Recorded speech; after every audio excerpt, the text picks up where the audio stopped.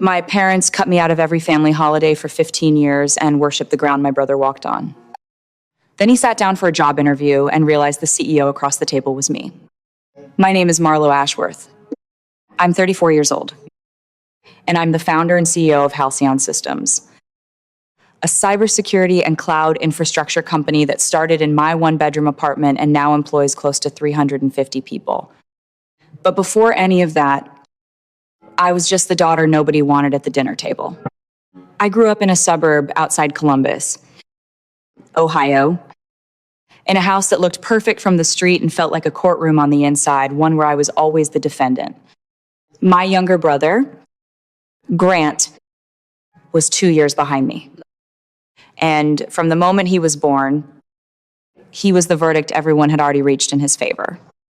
My parents, Walter and Renata Ashworth, never said it outright.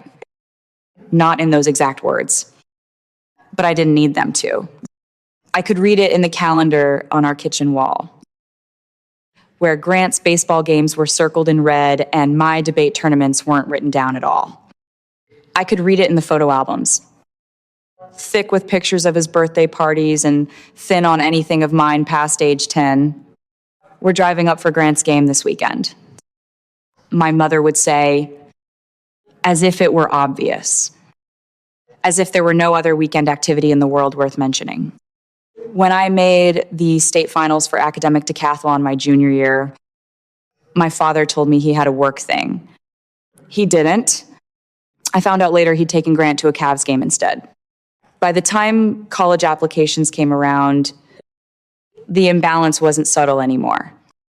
My father sat me down at the kitchen table with a calculator and a stack of financial aid forms and told me, matter-of-factly, that they'd already put aside money for Grant's education because he'll need it for law school someday. And that I, in his words, had always been the resourceful one. I was 17. I remember doing the math in my head, resourceful meaning alone. So I became alone, on purpose, before anyone else could make that decision for me. I worked 2 jobs through a state school, majored in computer science, graduated with honors, and moved into a 500 square foot apartment in Cleveland that had a mattress on the floor and a desk I'd built from milk crates. Meanwhile, Grant spent 4 years in my parents' retirement fund partying his way out of 2 different private universities before discovering himself on an extended trip through Southeast Asia. Paid for, in full, by the people who told me I was too resourceful to need help. I don't say any of this for sympathy. I say it because it's the truth. And because understanding where I came from is the only way to understand what happened 7 years later. In a glass conference room 40 floors above downtown Denver, my 20s were not glamorous.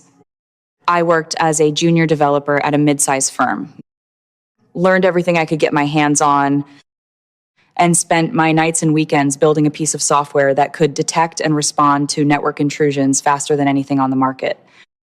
I pitched it to 11 investors before the 12th one said yes. I founded Halcyon Systems in a co-working space with 2 folding tables and a secondhand server rack. For the first 3 years, I paid myself less than my employees. There were months I wasn't sure we'd make payroll. There was a Tuesday in year 2 when I sat in my car in a parking lot and cried because our biggest client had just walked. And I genuinely didn't know if the company would survive the quarter. It survived. Then it grew. By year 5, Halcyon had contracts with 2 Fortune 500 companies. By year 6, we'd moved into an actual headquarters, 3 floors of a building with a view of the Rockies from the west-facing windows. This past spring, an industry outlet valued the company at just north of $180 million. Through all of it, my family's interest in my life stayed exactly where it had always been, non-existent. Phone calls dwindled to a handful a year, mostly around holidays, and even those were thin. When I tried to tell my mother about a new client or a product launch, she'd redirect within 30 seconds to whatever Grant was doing, which by his late 20s, was drifting from one entry-level marketing role to another, always managing to land softly thanks to my father's connections, always somehow praised for effort that, from what I could tell, barely existed. Grant's really finding his footing. My mother would say, as if I were not in that same conversation, running a company with hundreds of employees. Then came the December that changed everything. I was in my office on a Wednesday afternoon, 3 weeks before Christmas, reviewing year-end numbers with the city lights just starting to flicker on below me, when my phone rang.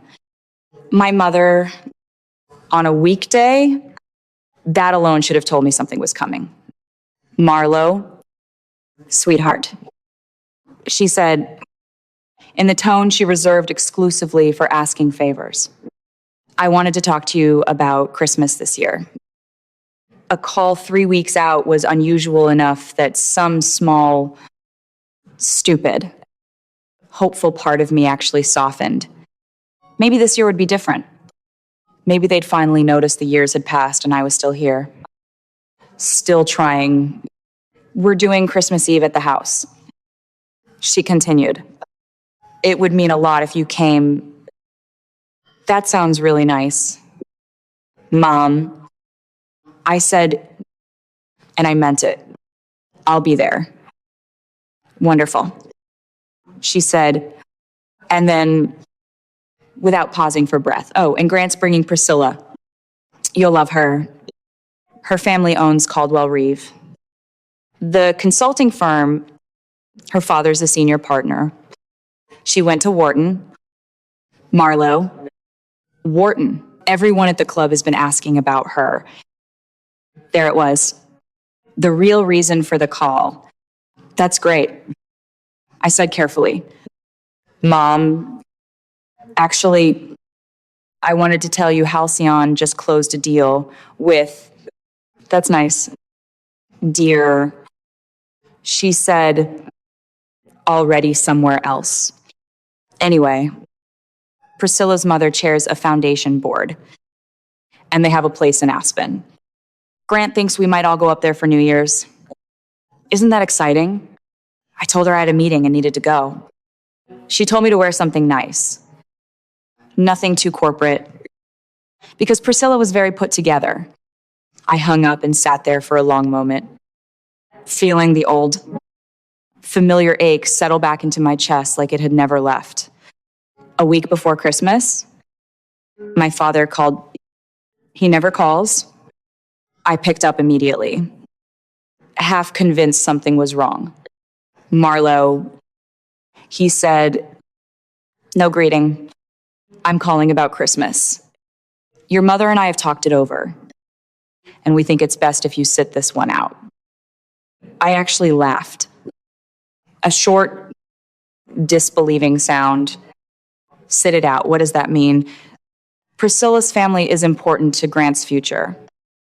He said, as if reciting a memo, "We don't want any complications." Complication. I repeated, "Dad, what complications? I run a company with almost 300 employees. What exactly do you think I'm going to complicate? You know what I mean?" He said, and something in his voice hardened. "The whole independent woman thing, always having to outdo your brother, always making it about you." The word so-called wasn't in that sentence, but I felt it anyway. The way you feel a bruise before you see it.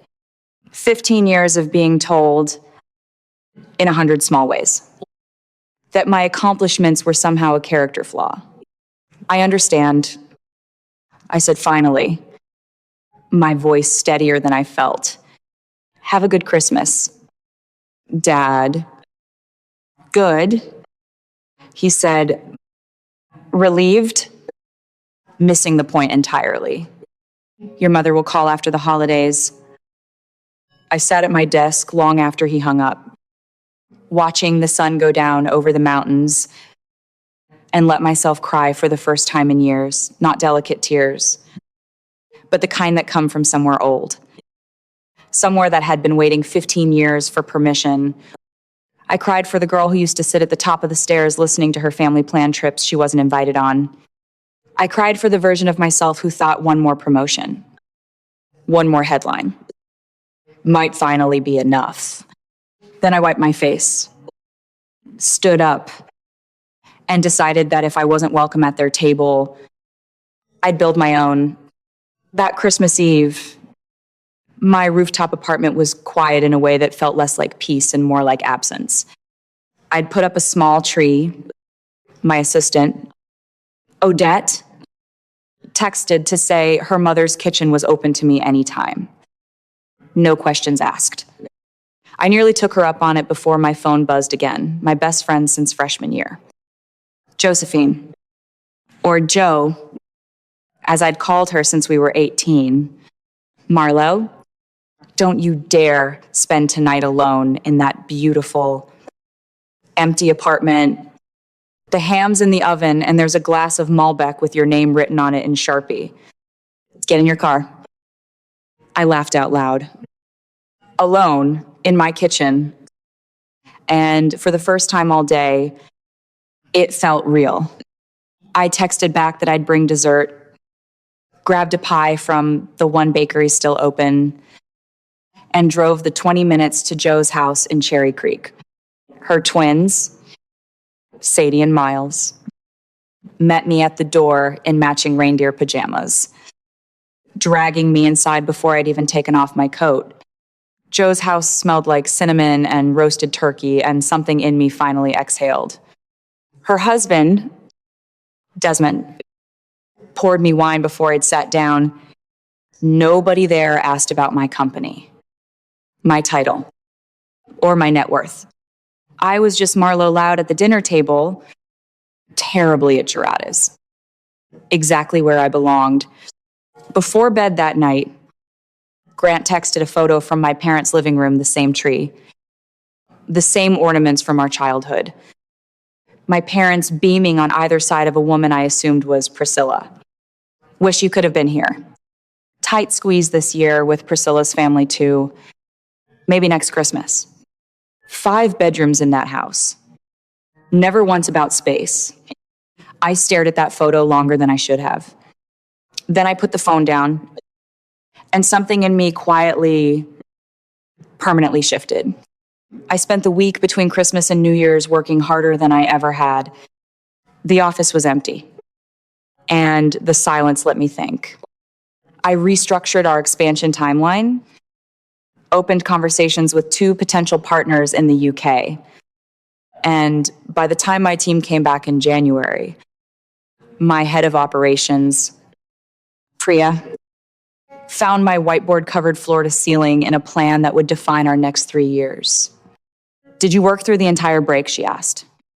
Half impressed, half concerned. I had a breakthrough.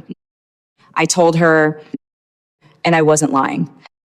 Over the following months, Halcyon signed 2 major enterprise contracts, finalized our UK expansion, and began development on a threat detection product that would end up being the biggest launch in company history.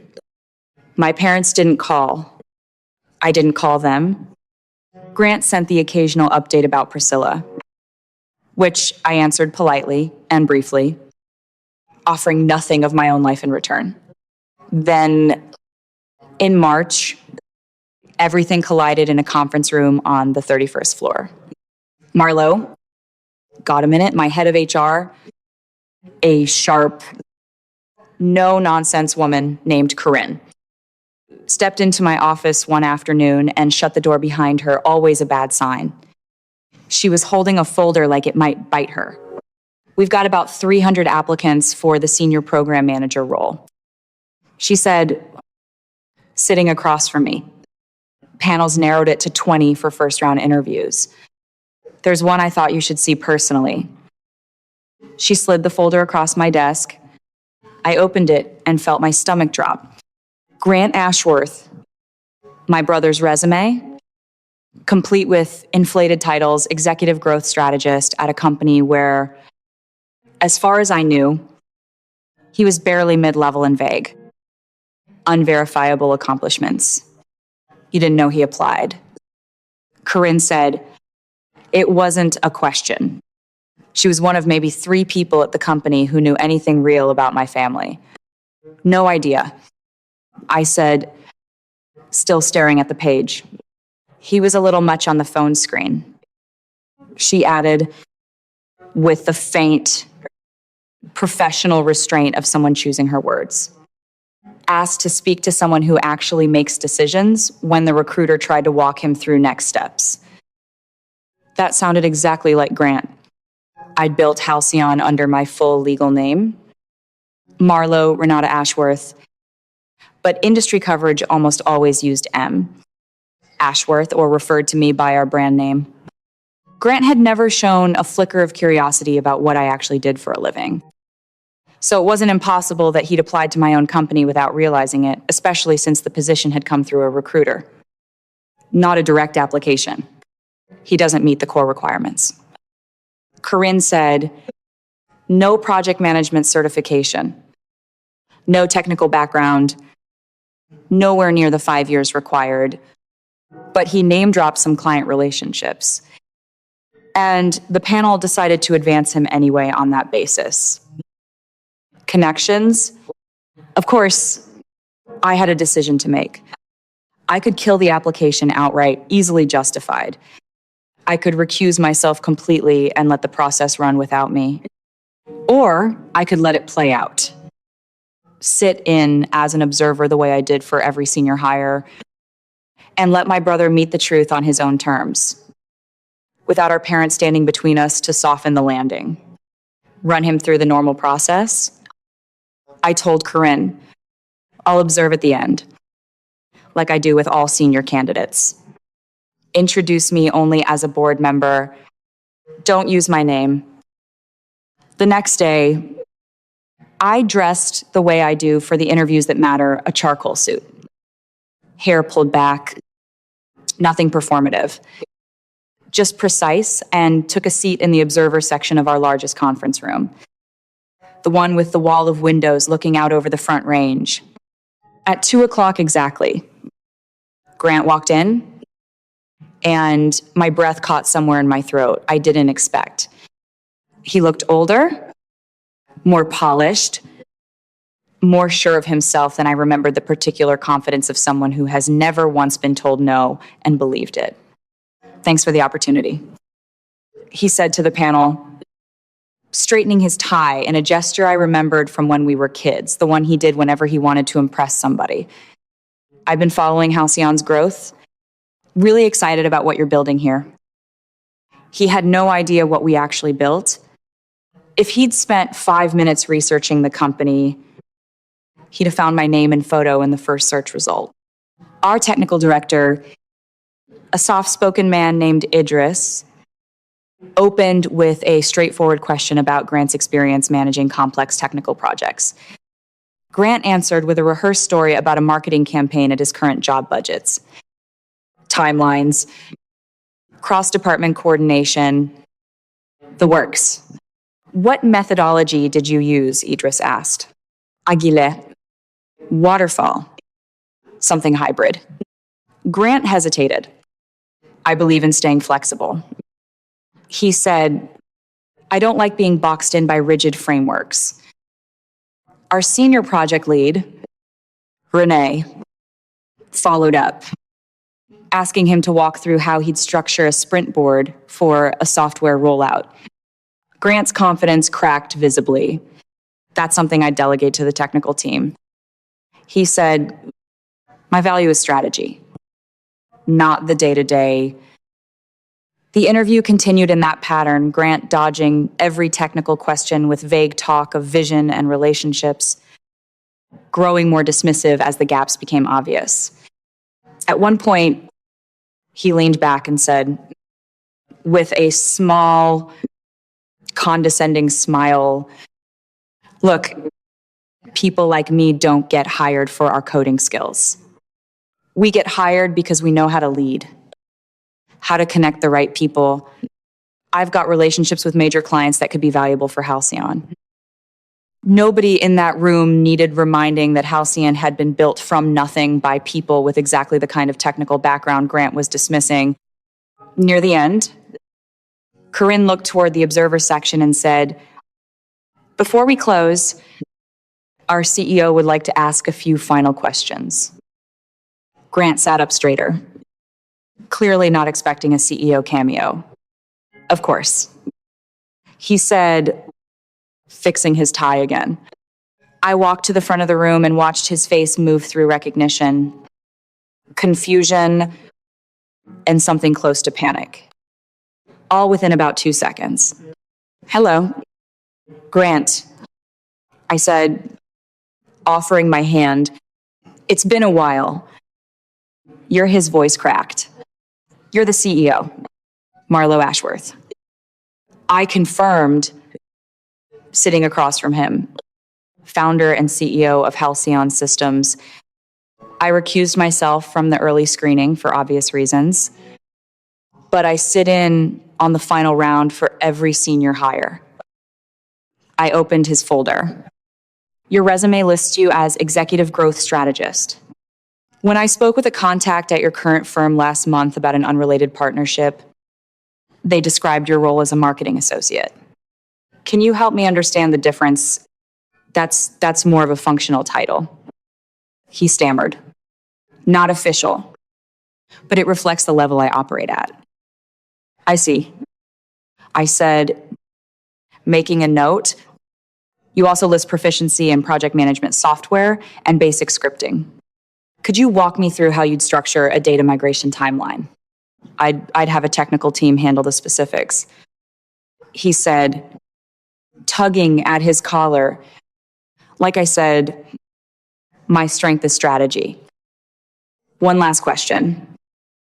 I said, "You mentioned client relationships that could benefit Halcyon. Could you be specific about which clients and what business those relationships have actually generated?" He faltered. "Priscilla's father is a partner at Caldwell Reeve. And Dad knows some business owners back in Columbus who," his voice trailed off as he heard in real time how thin it sounded. "Thank you for your time." "Grant," I said, standing, "HR will follow up regarding next steps." He left the room in a daze. The moment the door shut, our technical director let out a low whistle. "You two know each other." "I take it he's my brother," I said simply, gathering my notes.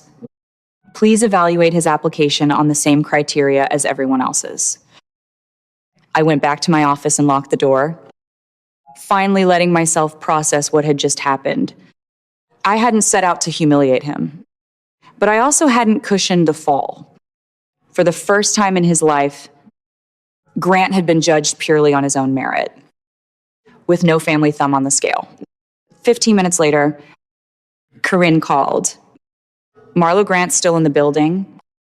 He's demanding to talk to you. And he's on the phone with someone. I think it might be your father." Of course it was. "Send him in," I said. Grant burst through my door without knocking. Face flushed. "What the hell was that?" he demanded. "You made me look like an idiot in front of the whole panel."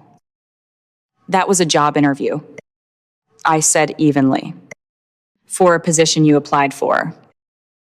You ambushed me." I recused myself from the entire process specifically to avoid a conflict of interest. I said, "You made it to the final round because the panel advanced you. I only sat in at the end, the way I do for every senior candidate. If you'd researched the company before applying, you'd have known exactly who you were walking in to meet." "How was I supposed to know? You never talk about your work." "I've tried," I said quietly.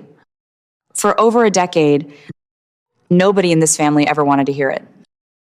He sank into the chair across from me, anger curdling into something more sullen. "Dad's furious. He and Mom are on their way here.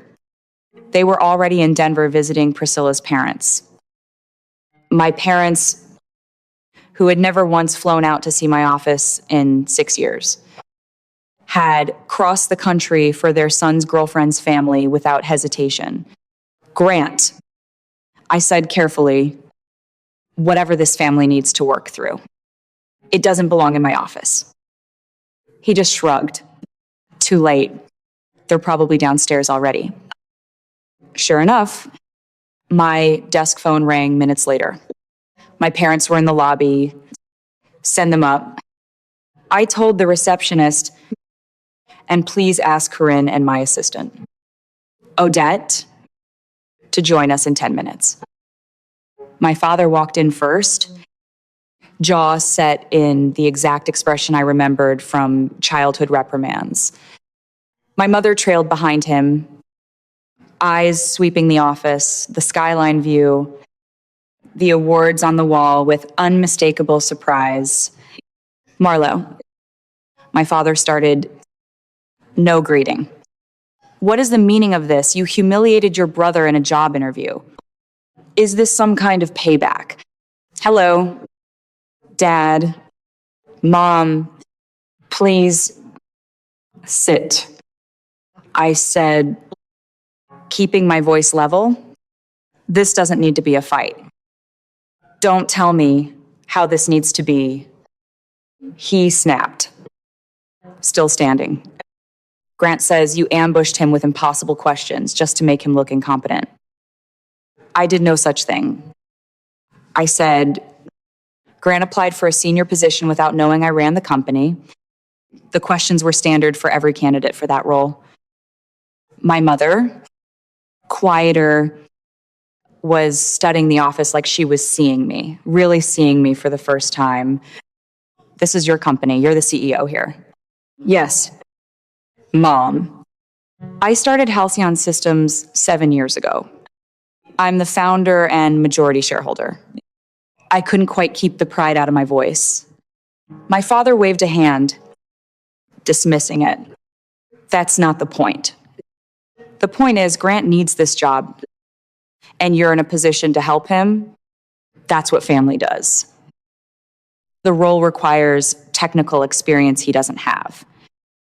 I said, it wouldn't be fair to the other candidates or to this company to hire someone unqualified because he happens to share my last name. So you won't help your own brother, my father demanded, voice rising. After everything we've done for you, something in me went very still and very clear. What exactly have you done for me? I asked quietly. What would that be? Dad. He looked genuinely startled. We raised you, educated you. You raised me. I said, you didn't educate me. I paid for that myself. Working 2 jobs. While you funded 4 years at a private university for Grant that he dropped out of twice. You've never once asked about my work with any real interest. And 3 weeks ago, you told me not to come to Christmas because you were worried I'd embarrass you in front of Priscilla's family. That's not what happened. My mother said, it's exactly what happened. I said, Dad called me himself and said those words. Grant looked between our parents, uneasy. I didn't know about that part. Of course you didn't. I said, you were too busy sending me photos of the celebration I wasn't invited to. My father's face reddened. This is beside the point. The issue is the job. No. I said, the issue is that I have spent 15 years being treated like an afterthought in this family. And I built something real anyway, and not one of you has ever said you were proud of me. A knock interrupted the silence that followed. Corinne and Odette stepped in, professionally neutral. You wanted us... Marlo. Yes. Thank you. I said, Mom, Dad, this is Corinne Voss, our HR director. and Odette Marchetti, my assistant. They're here to make sure our hiring process is clear to everyone in this room. My father frowned. This is a family matter. It started as a professional one. I said, Grant applied to my company. Our relationship doesn't change our hiring standards. Corinne stepped forward, calm and clear. Mr. Ashworth, we run a consistent, merit-based process for every candidate. The senior role Grant applied for has specific technical requirements he doesn't currently meet. You're the CEO. My father said to me, you can make an exception. I said, I won't. This company's success depends on the right people in the right roles. I turned to Grant. That said, we do have an opening in our marketing department at the entry level. You'd start at the bottom, same as anyone else, and earn your way up. But the door's open, if you want it. Grant looked stung. Entry level, I have 5 years of experience. Not in this kind of role. At this company. I said, it's a different track. That offer's real. If you want it. This is ridiculous. My father said, you're punishing your own brother out of spite. Always trying to prove you're better than everyone. Dad, I built a company worth almost $200 million. I said, my voice steady despite the heat rising in my chest. I employ 350 people. I don't need to prove anything to anyone in this room. What I'm trying to do is run a company on merit, not favoritism. My mother finally spoke. Marlo, can't you set your resentment aside for family? Family comes first. That's a convenient thing to say now. I said, where was family first when you excluded me from Christmas? When you funded Grant's entire education and told me I was too resourceful to need help with mine? When you spent 15 years treating my career like a phase? My mother didn't answer. For once, she looked unmistakably ashamed. I'm not refusing to help Grant.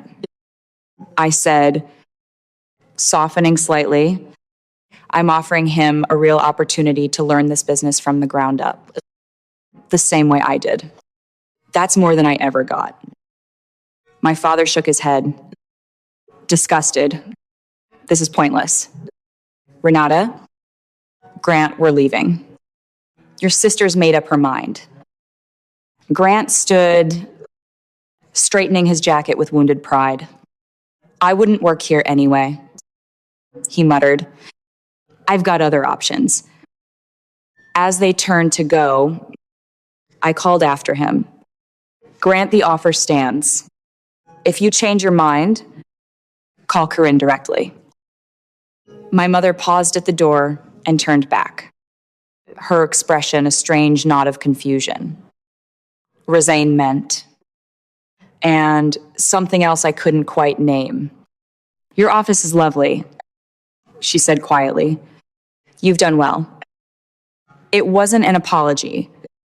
It wasn't quite pride either, but it was something, the first acknowledgement, however small, of the life I had built entirely on my own. For 2 weeks after that, I heard nothing from my family. I threw myself back into work, finalizing the UK office and preparing for our biggest product launch to date. The confrontation had been painful, but it had also cleared the air in a way 15 years of silence never could.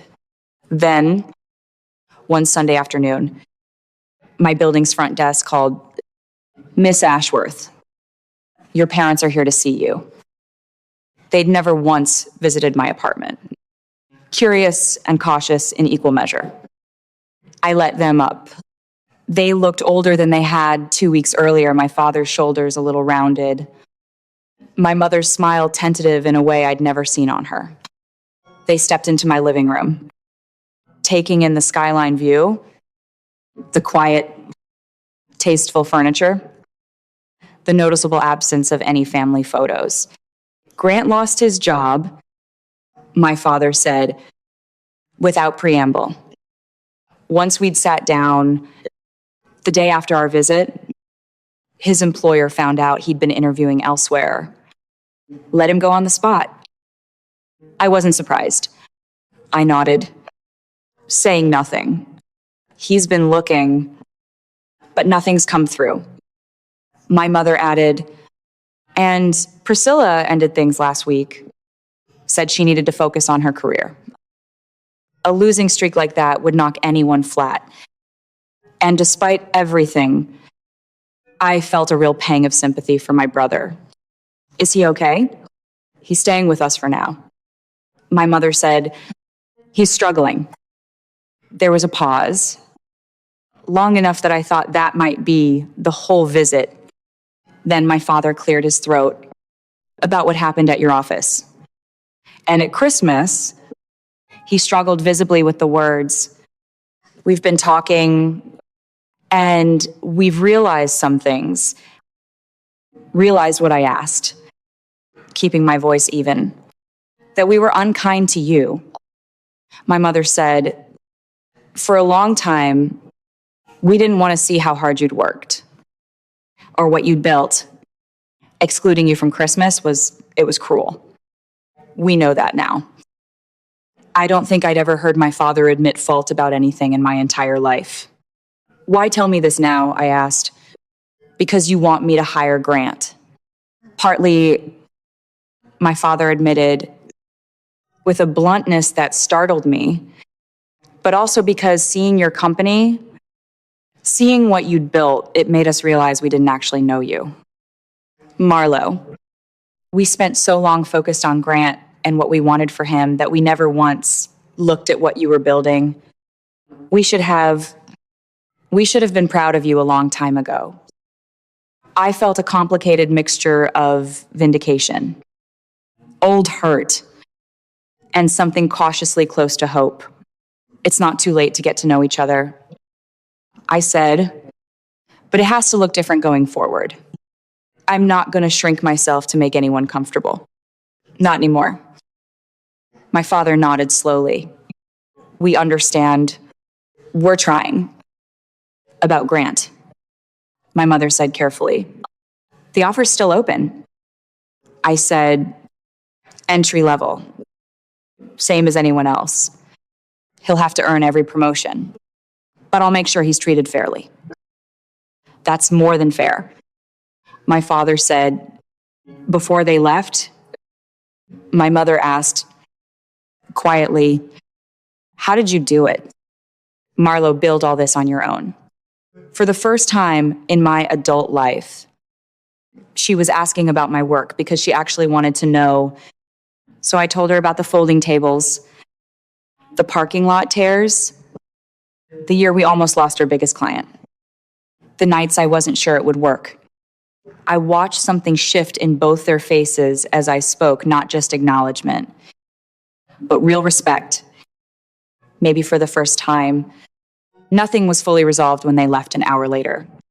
15 years of pattern don't dissolve in a single conversation. But something had cracked open that hadn't been open before. The following week, Grant called Corinne about the entry-level marketing role. He went through the standard process. No favors. No shortcuts. And was hired on his own merit. He showed up on his first day nervous but focused. I want to actually learn this. He told me, earn my place. That's all anyone's asking. I said, I'm sorry. He added, about Christmas. About a lot of things. I accepted the apology. Carefully, without pretending the last 15 years hadn't happened. Show me with how you act from here. I told him that's how trust gets rebuilt. Through spring and into summer, small things shifted. My mother started calling every week or two, asking real questions about the company. My father, slower to change, sent me the occasional article about cybersecurity trends or asked about our expansion. Grant, to everyone's surprise, took the job seriously, showing up early, staying late, actually learning from his coworkers. He still had his moments of entitlement, but he was trying. And trying was more than I'd ever expected from him. In July, I got another invitation, my parents' 35th anniversary dinner, no conditions attached. No mention of who was or wasn't welcome. Just an invitation to show up and be part of something. I said yes.